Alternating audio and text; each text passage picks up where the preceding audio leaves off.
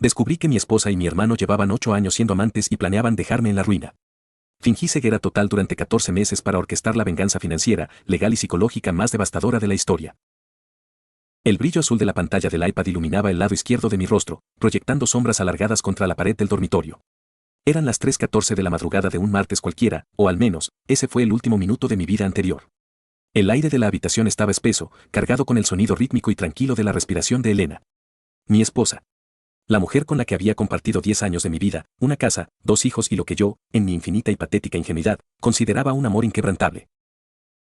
Todo empezó por un simple error de sincronización de iCloud. Elena había comprado un iPhone nuevo esa tarde y me había pedido que le configurara la cuenta antes de dormir porque yo era el experto en tecnología.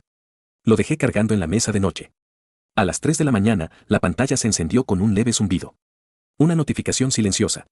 Un mensaje de iMessage que, por algún fallo en la configuración de privacidad, mostraba una previsualización en la pantalla de bloqueo. El contacto no tenía nombre. Solo un emoji de un reloj de arena con arena cayendo. El mensaje decía, ¿ya se durmió el idiota? No dejo de pensar en lo que hicimos en el hotel esta tarde. Te necesito ya. El oxígeno abandonó mis pulmones. No fue una metáfora, sentí un golpe físico en el esternón, como si alguien me hubiera golpeado con un bate de béisbol cubierto de plomo. El estómago se me contrajo violentamente. Me quedé paralizado, con la vista clavada en esas 18 palabras que flotaban en la oscuridad. El latido de mi corazón empezó a resonar en mis oídos, un tamborileo frenético y sordo. El idiota. Ese era yo. Mis manos temblaban con tal violencia que casi dejo caer el dispositivo. Con un movimiento robótico, casi ajeno a mi propia voluntad, tomé el iPad de Elena, el que ella usaba para leer y que estaba vinculado a la misma cuenta. Deslicé el dedo por la pantalla. No tenía contraseña. Nunca nos tuvimos secretos. O eso creía yo. Abrí la aplicación de mensajes. Lo que encontré allí no fue una simple aventura. No fue un desliz de una noche de borrachera. Fue una autopsia en tiempo real de mi vida entera. Una disección quirúrgica de todo lo que yo creía real, documentada a lo largo de los años con una frialdad sociopática que me heló la sangre en las venas.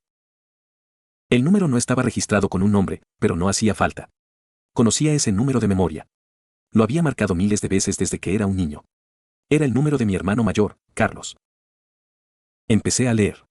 Deslicé hacia arriba. Y luego más arriba. Y más. Meses. Años de mensajes. Fotografías obscenas tomadas en nuestra propia cama, en mi coche, en el baño de la casa de nuestros padres durante las cenas de Navidad. Audios donde se burlaban de mí. Donde Carlos decía cosas como, es tan predecible. Papá siempre tuvo razón, le falta instinto asesino. Por eso yo tengo a su mujer y pronto tendré su dinero. Me levanté de la cama como un fantasma. Mis piernas apenas me sostenían. Salí al pasillo, descalzo, sintiendo el frío de la madera bajo mis pies. Entré al baño de invitados, el más alejado de la habitación principal. Encendí la ducha al máximo para ahogar cualquier sonido, me arrodillé frente al inodoro y vomité hasta que solo quedó bilis. Vomité el pollo asado que habíamos cenado. Vomité los 10 años de matrimonio. Vomité mi fe en la humanidad, en mi sangre, en mi familia. Me quedé allí, tirado en las baldosas frías, sollozando sin lágrimas, emitiendo sonidos roncos y patéticos que parecían provenir de un animal moribundo. ¿Cómo? ¿Por qué? Carlos siempre había sido el hijo de oro, el favorito de mi padre, el exitoso corredor de bolsa, el carismático, el intocable. Yo era el ingeniero reservado, el que construyó una empresa de software desde un garaje, el aburrido pero estable. Siempre hubo una rivalidad tácita, pero esto era aniquilación pura. Y entonces, el verdadero horror me golpeó. El golpe de gracia. Mientras seguía leyendo los mensajes en el frío suelo del baño, con los dedos temblorosos y la visión borrosa, encontré un intercambio de hacía 3 semanas. Hablaban de dinero. Hablaban de un fondo semilla. Elena, ¿estás seguro de que no se dará cuenta de las transferencias pequeñas desde la cuenta de ahorros empresarial? Carlos, relájate, nena. El contador es mío. Estamos desviando lo suficiente mes a mes a las cuentas en las Islas Caimán. Cuando lancemos Novatech, usaremos su propio código fuente modificado. Para cuando él quiera reaccionar, habremos vaciado las cuentas, patentado el algoritmo en Europa y los fondos fiduciarios de los gemelos ya estarán en nuestra LLC. Lo dejaremos en la puta calle. Los fondos fiduciarios de los gemelos. De mis hijos. Leo y Mateo. 7 años. La luz de mi maldita vida. Estaban robando el dinero que yo había ahorrado con el sudor de mi frente para la universidad de mis hijos, para financiar una startup rival que utilizaría mi propio código robado para quebrar mi empresa. El pánico inicial se transformó en algo distinto. El miedo y la tristeza se coagularon en el fondo de mi estómago y se endurecieron. Sentí como una puerta de acero pesado se cerraba de golpe en mi cerebro, aislando cualquier rastro de amor, de misericordia o de debilidad. En ese suelo frío, cubierto de sudor y bilis, el hombre que Elena había amado, o fingido amar, murió. El hermano menor compasivo que Carlos conocía dejó de existir. Me levanté, me lavé la cara con agua helada, me miré en el espejo y vi a un extraño. Un extraño con los ojos enrojecidos pero con una claridad mental aterradora. No iba a gritar. No iba a despertar a Elena para exigirle explicaciones. No iba a llamar a mi hermano para romperle la cara, aunque mis nudillos picaran por hacerlo. Si los confrontaba ahora, lo negarían, esconderían el dinero, destruirían las pruebas y comenzarían una batalla legal sangrienta en la que yo llevaría las de perder por no estar preparado. No. Iba a hacer lo que mejor sabía hacer. Iba a ser el ingeniero calculador, el aburrido planificador. Iba a construir un laberinto sin salida y los iba a guiar dulcemente hasta el centro antes de soltar al minotauro. A la mañana siguiente, preparé el desayuno. Huevos revueltos, tocino, café recién hecho. Exactamente igual que cualquier otro miércoles. Elena bajó las escaleras con su bata de seda, bostezando, luciendo tan hermosa y tan inocente como siempre. Se acercó por detrás, me abrazó por la cintura y apoyó su cabeza en mi espalda. Buenos días, amor, murmuró, depositando un beso en mi omóplato. Su perfume, ese aroma a vainilla y sándalo que durante 10 años significó hogar para mí, de repente olía a carne podrida. Cada célula de mi cuerpo gritaba, exigiéndome que me diera la vuelta y la estrangulara allí mismo. El esfuerzo físico para no tensar mis músculos fue hercúleo. Respiré hondo, forcé una sonrisa que no llegó a mis ojos y me giré para besarle la frente. Buenos días, preciosa. ¿Dormiste bien? Mi voz sonó sorprendentemente natural. Quizás yo era un psicópata en potencia y no lo sabía.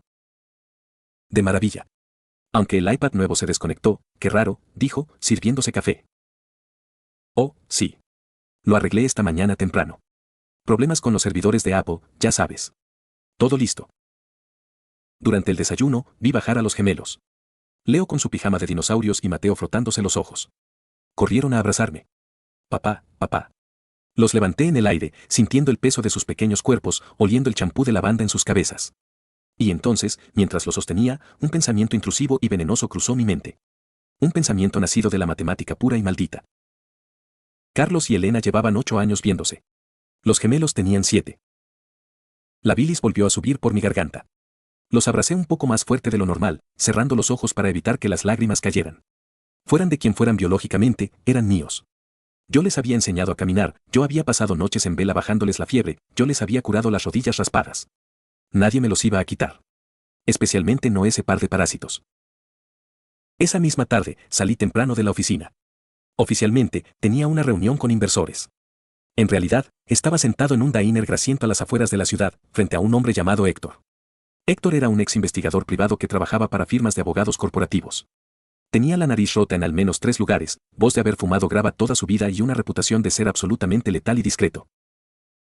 Le entregué un pendrive con la copia de seguridad completa del iCloud de Elena, que había extraído en la madrugada.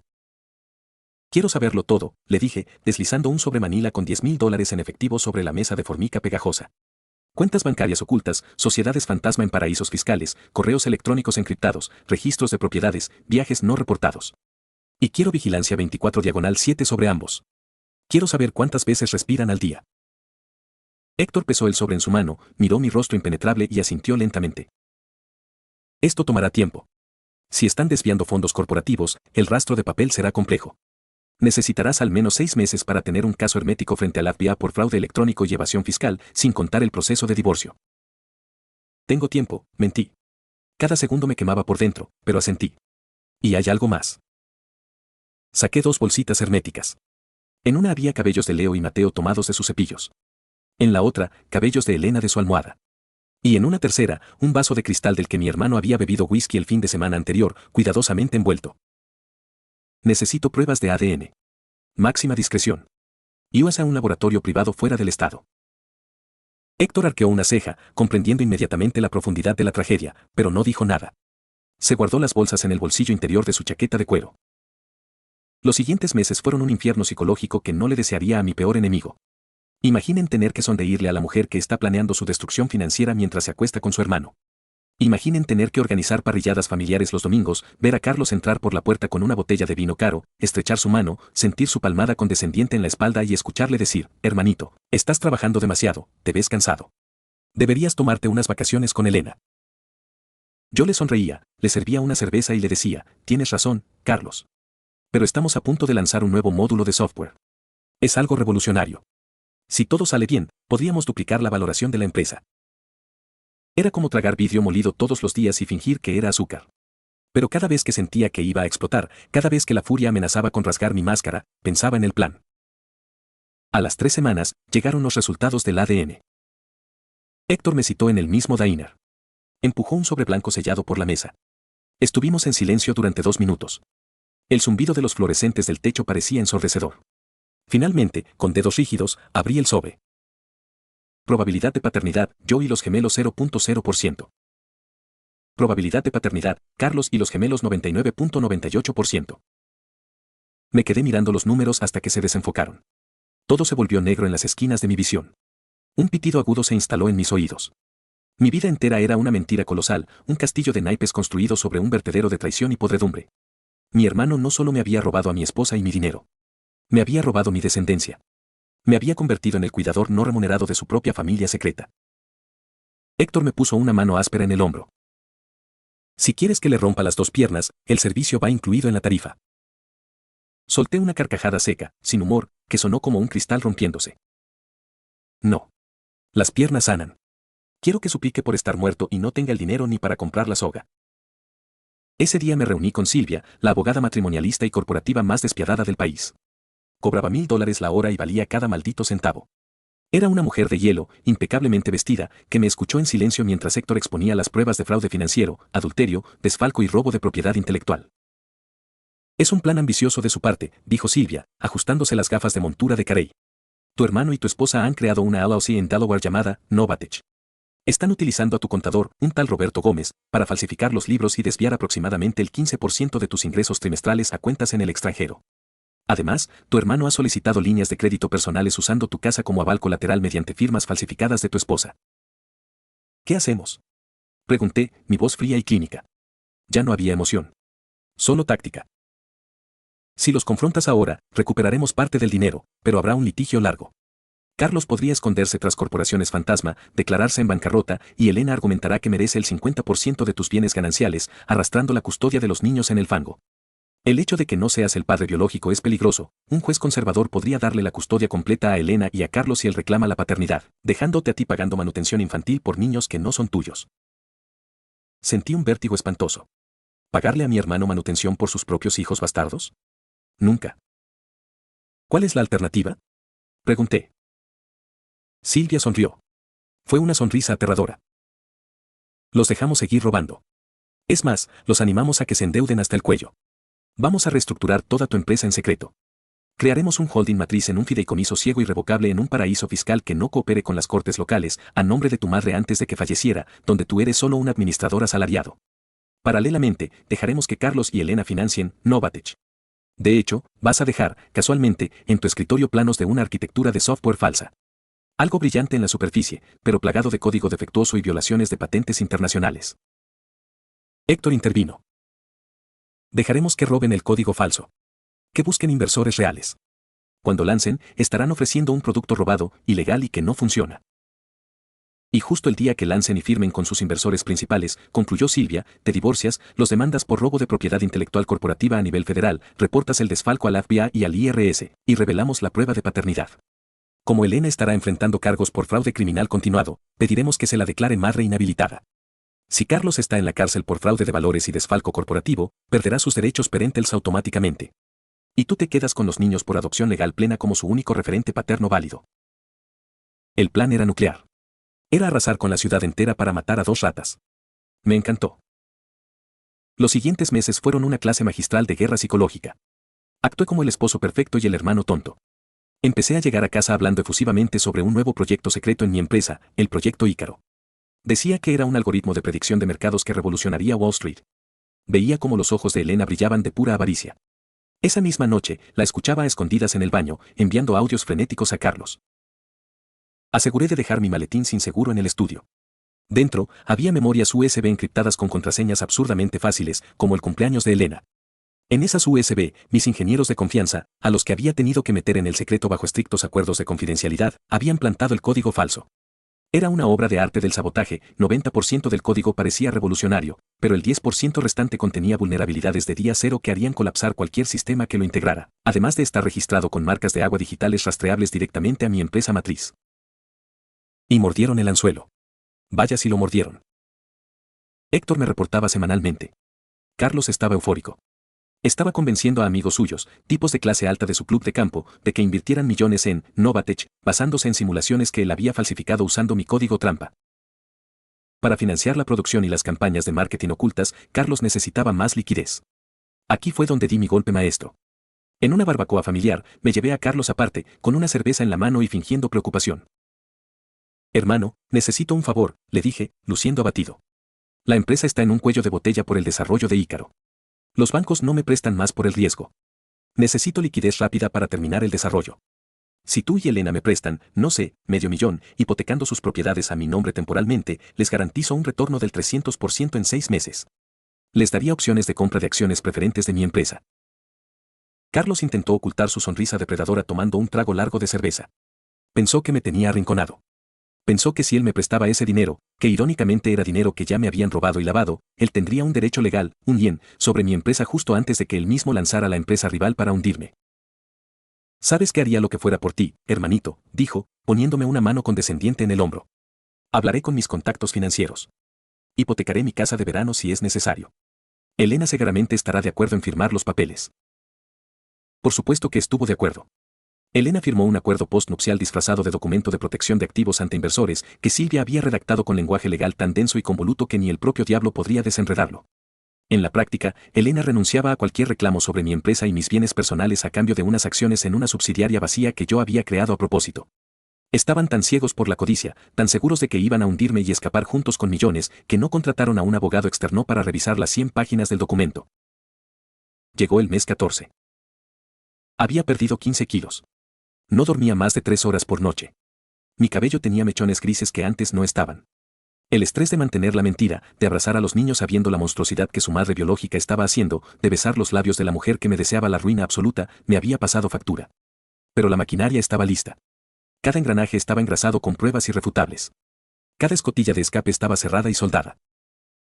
Carlos y Elena planearon el lanzamiento de Novatech para un viernes por la noche. Habían organizado una gala de presentación exclusiva en un hotel de 5 estrellas en el centro de la ciudad. Habían invitado a inversores ángeles, directivos de capital riesgo, prensa especializada en tecnología e incluso a nuestros padres y familia extendida. La narrativa pública era que Carlos era el genio visionario y Elena la inversora silenciosa que había creído en él. Yo estaba invitado, por supuesto. Mi papel en su obra de teatro era ser el hermano orgulloso y el esposo despistado, justo antes de que ellos anunciaran que Novatech había absorbido los principales clientes de mi empresa y que yo, básicamente, estaba en la quiebra. Ese viernes por la mañana, me levanté temprano. Elena estaba frente al espejo, maquillándose, probándose un vestido de noche color esmeralda que resaltaba sus ojos. Te ves hermosa, le dije. Y era verdad.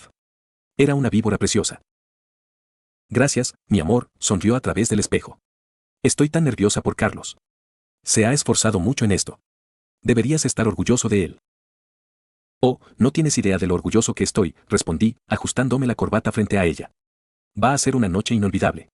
Te veo en el hotel, tengo que pasar por la oficina para arreglar un par de cosas. La besé en la mejilla por última vez en mi vida. A las 10 de la mañana, las órdenes de restricción globales, los embargos precautorios y las demandas federales fueron presentadas electrónicamente por Silvia y su ejército de asociados. A las 11:30 de la mañana, el FBI, armado con un dossier de 500 páginas compilado por Héctor, hizo una redada simultánea en la oficina contable de Roberto Gómez, el contador corrupto, incautando discos duros y servidores, y en la sede temporal de Novatech. Pero nadie detuvo a Carlos ni a Elena. Aún no. Yo quería que la gala sucediera. Quería que subieran a la cima de la montaña rusa antes de cortarles los frenos. La gala comenzó a las 8 de la noche. El salón de baile del hotel estaba lleno de gente elegante, copas de champán tintineando, risas suaves y música de cámara en vivo. Nuestros padres estaban allí, mi madre llorando de orgullo por su hijo mayor emprendedor, mi padre dándole palmadas en la espalda a Carlos, quien lucía un smoking a medida, destilando arrogancia. Elena estaba a su lado, resplandeciente, actuando como la anfitriona perfecta. Llegué a las 8:30 de la noche, caminé hacia ellos con una copa en la mano. Carlos me vio acercarme y sonrió con esa sonrisa de depredador satisfecho. Hermanito. Pensé que no llegarías. ¿Qué te parece? Todo esto, construido desde cero. Mintió descaradamente. Es impresionante, Carlos. Verdaderamente, una obra maestra de la ingeniería social, respondí, dándole un sorbo a mi agua mineral. Elena se acercó y me tomó del brazo. Es hora de la presentación. Vamos a sentarnos a la mesa principal. El salón se oscureció. Un foco iluminó el escenario. Carlos subió al atril con la confianza de un semidios. El logotipo holográfico de Novatech giraba detrás de él en una pantalla gigante. Empezó su discurso. Habló de innovación, de disrupción, de cómo su algoritmo, Prometeo, iba a cambiar el sector financiero global. Habló de sacrificios personales, de noches en vela. Era un orador nato, tenía a la audiencia comiendo de la palma de su mano. Y quiero agradecer a una persona muy especial, continuó Carlos, mirando hacia nuestra mesa. A mi cuñada, Elena, quien fue la primera inversora ángel en creer en este sueño cuando nadie más lo hizo.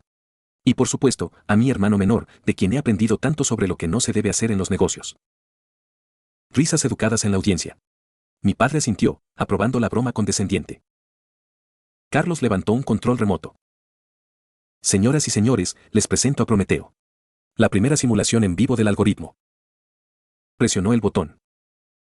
Pero en lugar de un gráfico financiero de alta tecnología, la pantalla gigante de 10 metros por 5 hizo estática.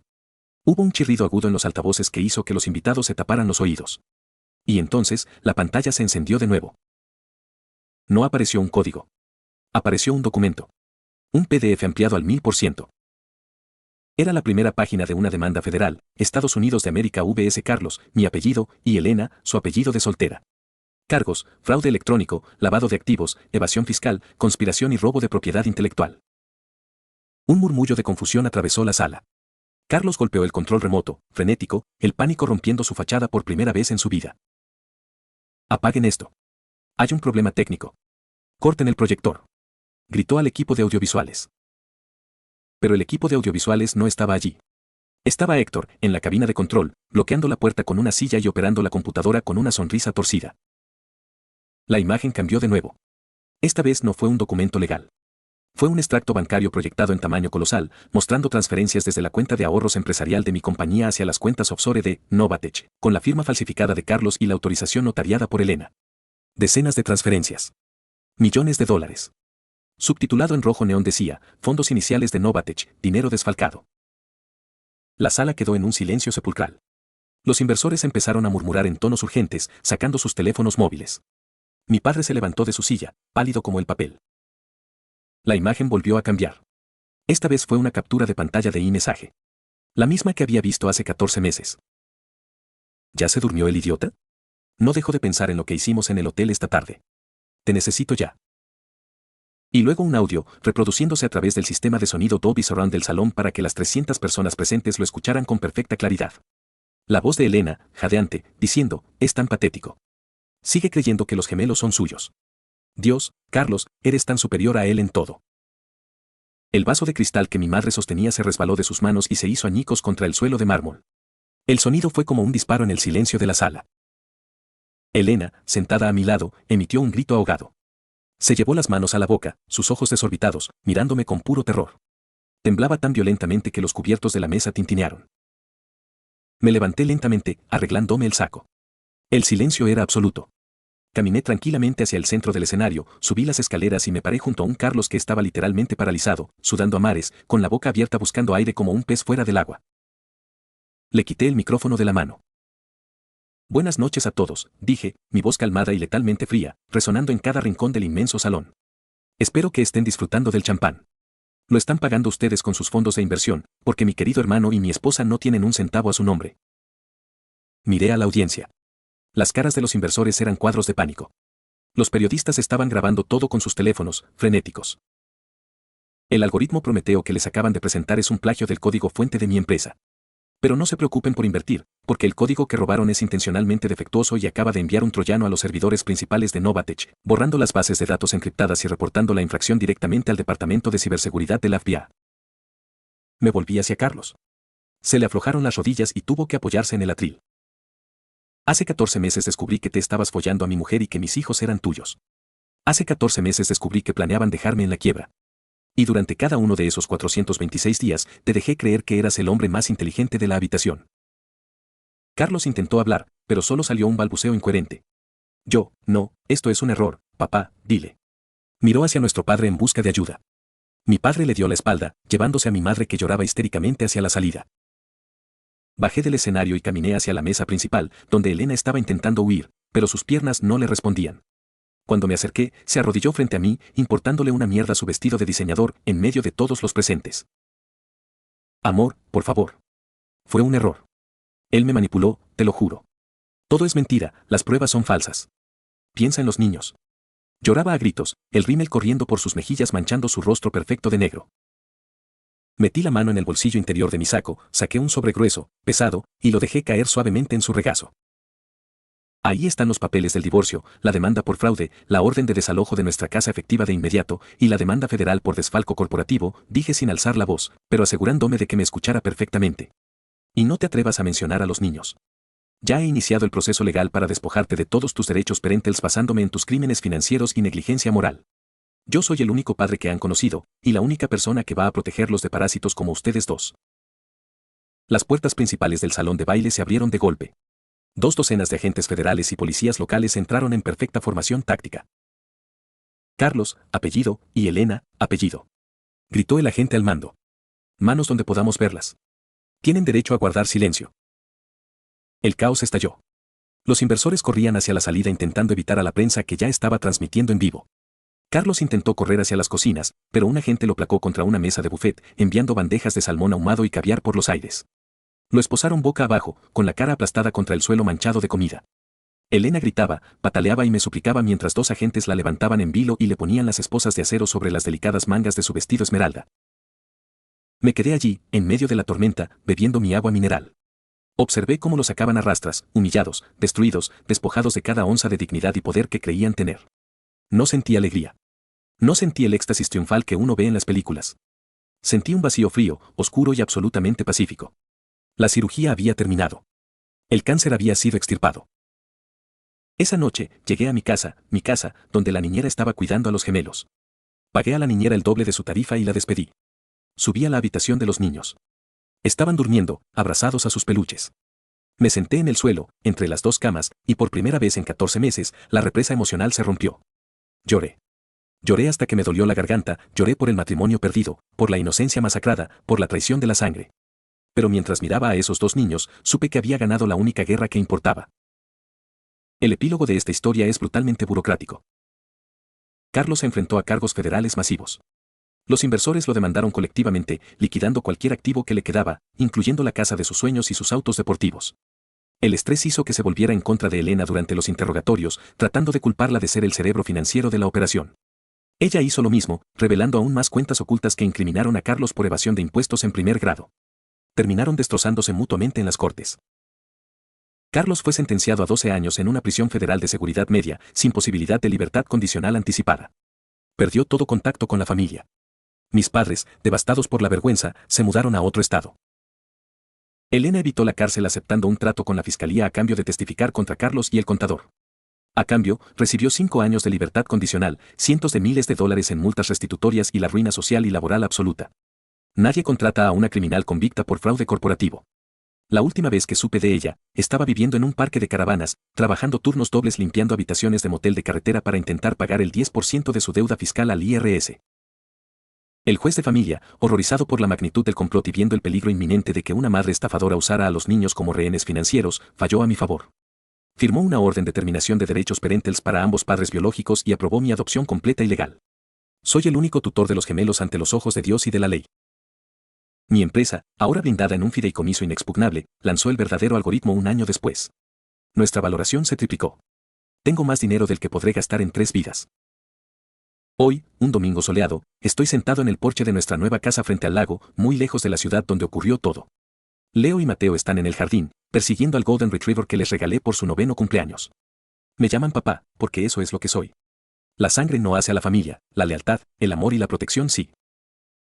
A veces, mientras tomo mi café matutino, pienso en Carlos pudriéndose en una celda de 3x3, o en Elena flotando retretes ajenos para sobrevivir. Y me pregunto si alguna vez, en la oscuridad de sus miserables noches, recuerdan aquel mensaje de iMessage a las 3 de la mañana y se dan cuenta de que subestimaron al hombre equivocado. Porque sí, tal vez no tenía instinto asesino para el drama. Pero como ingeniero aprendí una lección fundamental: si vas a demoler un edificio, no usas un martillo para golpear las paredes. Pones explosivos E4 en los cimientos estructurales de la base, pulsas el detonador y dejas que la gravedad y el peso de sus propios pecados hagan el resto. ¿Qué opinas? ¿Fui demasiado lejos al dejarlos destruirse a sí mismos en público, o recibieron exactamente la dosis de karma que se ganaron a pulso? Si esta historia te dejó pensando en hasta dónde puede llegar la traición humana y la paciencia absoluta de un hombre que no tenía nada que perder, suscríbete para más relatos que te harán cuestionar a las personas que duermen a tu lado. Déjame tu opinión en los comentarios. Los leo todos.